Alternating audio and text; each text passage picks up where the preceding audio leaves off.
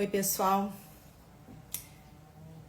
Eu interrompi um pós-operatório aqui rápido dos cuidados aqui com o Tadeu, mas tá tudo bem.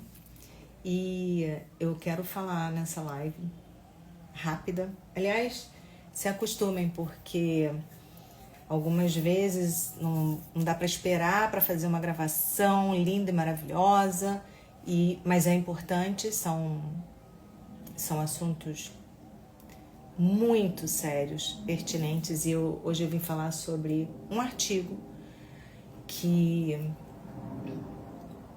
acabou de ser publicado. Deixa eu colocar aqui o título.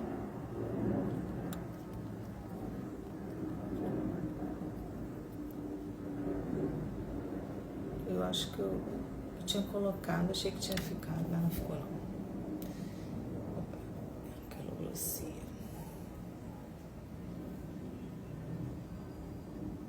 Fixar. Ficou lá em cima, né, o título. Enfim, para quem é odontopediatra... Oi, Mônica, tudo bem? Thaísa, boa tarde. Para quem faz cirurgia, né, para quem trata, para quem é fonoaudiólogo, para quem faz acompanhamento de pacientes de anquiloglossia, eu acho muito interessante, e casos que a gente já teve e a gente viu uma diferença, e agora tem um artigo que traz uma série de casos. Deixa eu colocar o artigo. É o Cerebral Palsy and Ankyloglossia, Improved Sleep, Speech, Swallowing and Breathing After Tongue Tie Release, a Case Series. O que é isso? Uma série de casos que dois autores, o Richard Baxter e a Merkel, ele é do Alabama e ela é de Nova Jersey, os dois dos Estados Unidos, né? E traduzindo, paralisia cerebral e anquiloglossia, melhora do sono, fala, deglutição e respiração após a frenectomia, após a liberação da língua presa. Uma série de casos que ele trouxe, que eles trouxeram, né, os dois. E aí esse artigo traz os estudos sobre 4 pacientes, 4 crianças, que já tinham feito intervenções terapêuticas anteriores, mas que não teve progresso. Oi, Beto, meu irmão. E já tiveram essas intervenções terapêuticas de longo prazo, tá? Eu recebi esse artigo hoje, por isso que eu tô lendo e falando com vocês, tá bom? E não teve ganho nas habilidades da vida diária, em fala, em deglutição, respiração ou movimento. Após anos fazendo terapia, nessas intervenções terapêuticas, alguns profissionais pediram que eles fossem avaliados pelo Dr. Baxter e pela doutora Merkel e apresentavam não só anquiloglossia, mas também uma alteração dos freios, né, do freio labial. E agora que eu falei em freio labial, eu lembrei de uma pessoa bem especial que se chama Clea. Eu mandei agora aqui o aviãozinho para ela. E oi, Elaine, eu vi sua mensagem, já vou te responder. Envia aqui o aviãozinho para as pessoas que precisam ouvir sobre isso, paralisia cerebral e anquiloglossia, e precisa. E a gente, vários artigos, às vezes eu faço enquete aqui, quero gravar um vídeo legal, mostrar o artigo, né? Passar para o social media, que é excelente, para editar o vídeo e não dá tempo, e a rotina vai corrompendo a gente, engolindo a gente. Então, agora vocês se acostumem, porque eu não vou esperar, eu vou ler o artigo e, se fizer sentido, a gente vem aqui para fazer a live, ou então casos que eu tenho no consultório. Enfim, então eles avaliaram 4 crianças que já eram acompanhados, que já faziam intervenções terapêuticas de longo prazo sem resultado. Nem de fala, nem de movimento, nem de deglutição, nem de respiração. As limitações desse estudo, como no caso, né, é difícil mesmo, tem o viés dos pais e uma amostra pequena. Só que nessa população de 4 crianças que foram operadas, as medidas objetivas eram muito difíceis de obter. Então, os relatos dos pais são talvez o método de avaliação mais valioso e viável.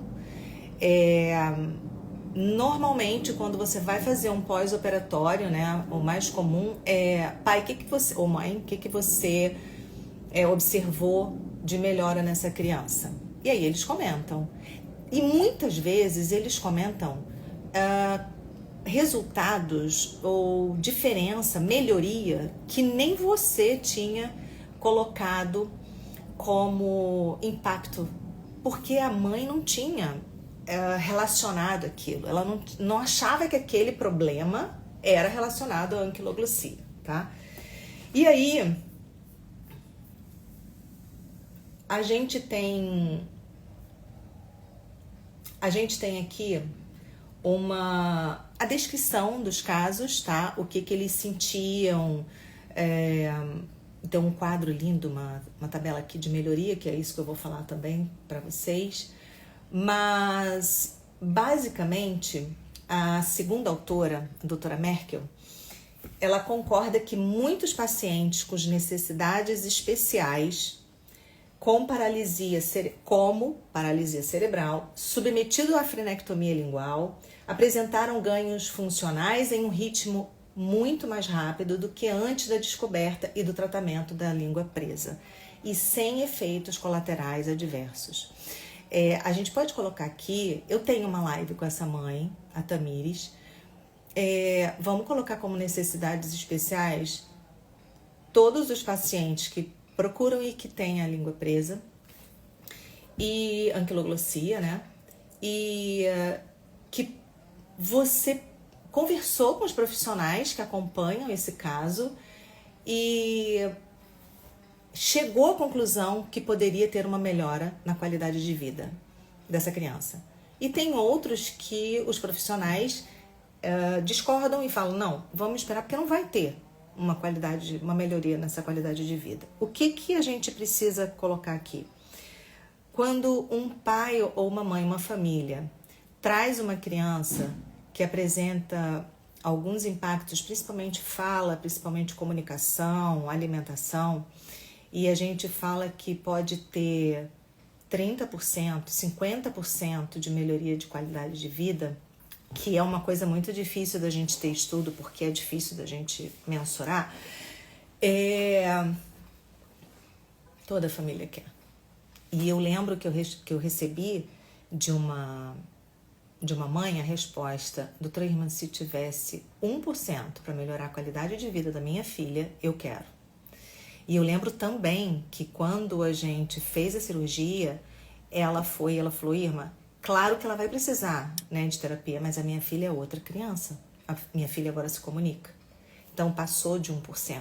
E para ela já era imenso aquela qualidade de vida, né, a melhoria. Enfim, voltando para o artigo, o que eu quero dizer? Que além do professor Baxter, do Richard Baxter, também tem a doutora Merkel nesse artigo falando sobre isso, sobre os resultados que ela vê no consultório dela. E aí, a gente tem aqui, eu quero falar para vocês sobre a melhora que a família percebeu nas crianças que foram operadas.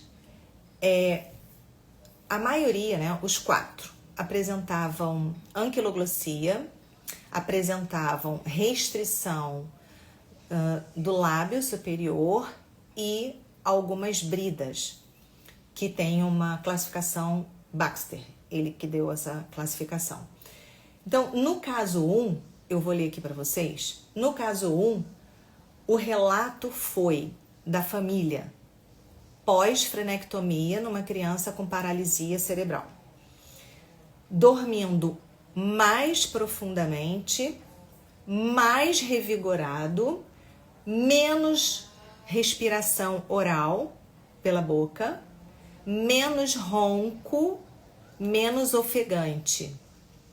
Melhorias na alimentação, menos engasgos com os alimentos, menos constipação. Eu já falo isso aqui, ó, da constipação. Menos refluxo.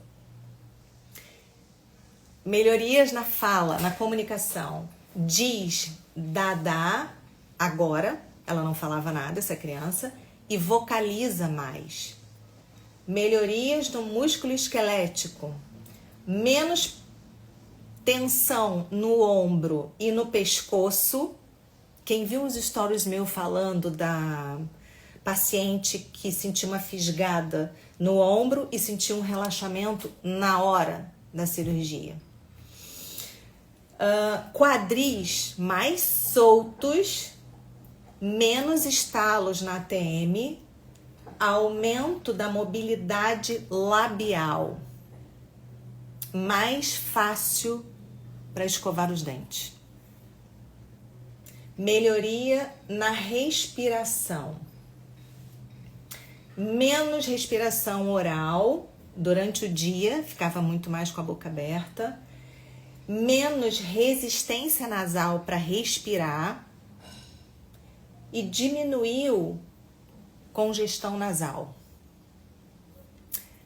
Esse é do caso 1. Agora eu vou falar do caso 2. Esse caso 2, a mãe não reparou sobre o sono, mas ela comenta sobre a melhoria na alimentação. Menos frustração para comer, alimentação mais rápida, aumento do volume de comida, experimentando novos alimentos e menos cusparadas durante a comida. Menos constipação e termina melhor as refeições. Na fala, ela também não notou diferença. E na musculatura, a melhoria, aumento do lábio, aumento da mobilidade do lábio. Eu mandei essa live para Cleia, se alguém puder mandar de novo, que ela mandou um post hoje bem bacana. Eu queria que ela tivesse aqui. Aumento dos lábios, da mobilidade dos lábios, melhorando a escovação dos dentes. Segundo caso, falando a mesma coisa quando fez a frenectomia labial superior. Já na respiração, esse segundo caso relatou menos respiração oral, diminuição da resistência nasal, mais fácil para respirar pelo nariz. Terceiro caso, melhoria no sono para dormir, menos respiração oral, tinha distúrbios do sono, não tem mais. Melhoria na alimentação do caso 3, come mais rápido, engasga menos, cospe menos comida, engolindo agora. A mãe falou que agora a criança engole. Mastigação do lado direito, porque a criança só conseguia mastigar do lado esquerdo. Lateralizando a língua para a direita, menos refluxo. E os medicamentos para refluxo foram desmamados, foram retirados. E menos constipação. Para quem entrou agora na live, a gente está falando sobre frenectomias, linguais, labiais e dibridas e relação com paralisia cerebral. Durante a fala, melhoria na fala, o que essas pessoas observaram? Mais fácil com o G, os sons e conversa com mais frequência. Sobre a melhoria na musculatura esquelética, fica sentado por mais tempo, fica mais tempo de joelho, usando melhor as mãos, sentou por 20 minutos sem ajuda no sofá, sem nunca ter feito isso, capaz de puxar os brinquedos para mais perto e brincar com os brinquedos. Eu estou falando de crianças com paralisia cerebral. Gabi, essa live é em honra a Lara. Se você puder, manda para ela. O que a mãe notou sobre melhoria na respiração? Menos respiração bucal durante o dia. A boca não fica mais aberta. Menos. Reduziu. No caso 4, a família não relatou nenhuma melhora no sono. E na alimentação, a melhoria foi. Cara, a gente lê, mas é emocionante. A gente se emociona. E isso é registrado. Isso é um artigo, é registrado. E quem trabalha com anquiloglosia vive essas situações, por mais que não estejam em evidências científicas. A gente ainda não tem, mas agora acabou de chegar esse artigo aqui do Richard Baxter. Qual foi a melhoria na alimentação do caso 4? Ganho de peso mais rápido, menos ruídos de clique, menos gases, menos perda anterior de leite, menos frustração, irritação com a mamadeira, menos constipação. Agora, o que era 2, 3 dias sem evacuar, agora evacua todos os dias e sem esforço. Em relação à fala, no caso 4, está vocalizando mais. Em relação à musculatura esquelética, no caso 4, aumento do alcance de movimento dos lábios e eles se abrem melhor para a alimentação. E ela não reparou nada em relação à melhoria na respiração. É o que a gente está vendo aqui. Esse texto, quem estiver aqui assistindo e quiser, eu posso disponibilizar no direct para vocês. E eu acho que a gente precisa começar a levar em conta qual é o impacto e a levar em conta como uma nova opção terapêutica para pacientes com necessidades especiais, para pacientes com paralisia cerebral. E eu acho que a gente pode participar dessa equipe interdisciplinar que acompanha a criança. Essas cirurgias foram realizadas no próprio consultório com anestesia local e a gente sabe o grande impacto e qual foi o critério aqui, né? Paralisia cerebral. A criança apresenta paralisia cerebral e anquiloglosia. Então, quem quiser, para quem é da mentoria, tanto mentoria plena quanto o grupo master, claro que esse vai ser o artigo do final de semana, porque todo final de semana eu ponho um artigo lá. Já vou colocar a tradução também. E eu acho muito importante. Eu me lembro que a gente passa por isso, outras terapias ou outros testes, a gente sabe que há uma evolução no estudo. Vou citar teste salivar, vou citar outras terapias. E a anquiloglosia está cada vez mais sendo estudada, principalmente as relações da anquiloglosia com outras condições de saúde. E eu acho importante a gente anotar, eu acho importante a gente escrever, a gente registrar, vídeo, escrita, quais foram os impactos que essa família viu melhora. Essas crianças, essas 4 crianças, elas estavam sendo cuidadas a longo prazo por terapeutas, mas não tinha melhora, só que ela apresentava anquiloglossia.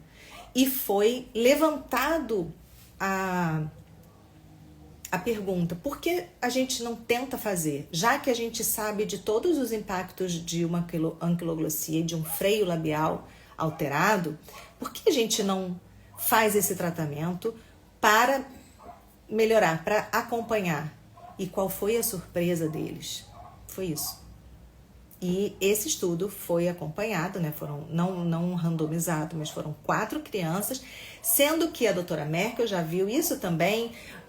O Dr. Richard Baxter já tinha feito 12 crianças, uma dúzia de crianças. E os nossos pacientes que a gente faz, a gente vê isso, mas a gente não tem evidência científica.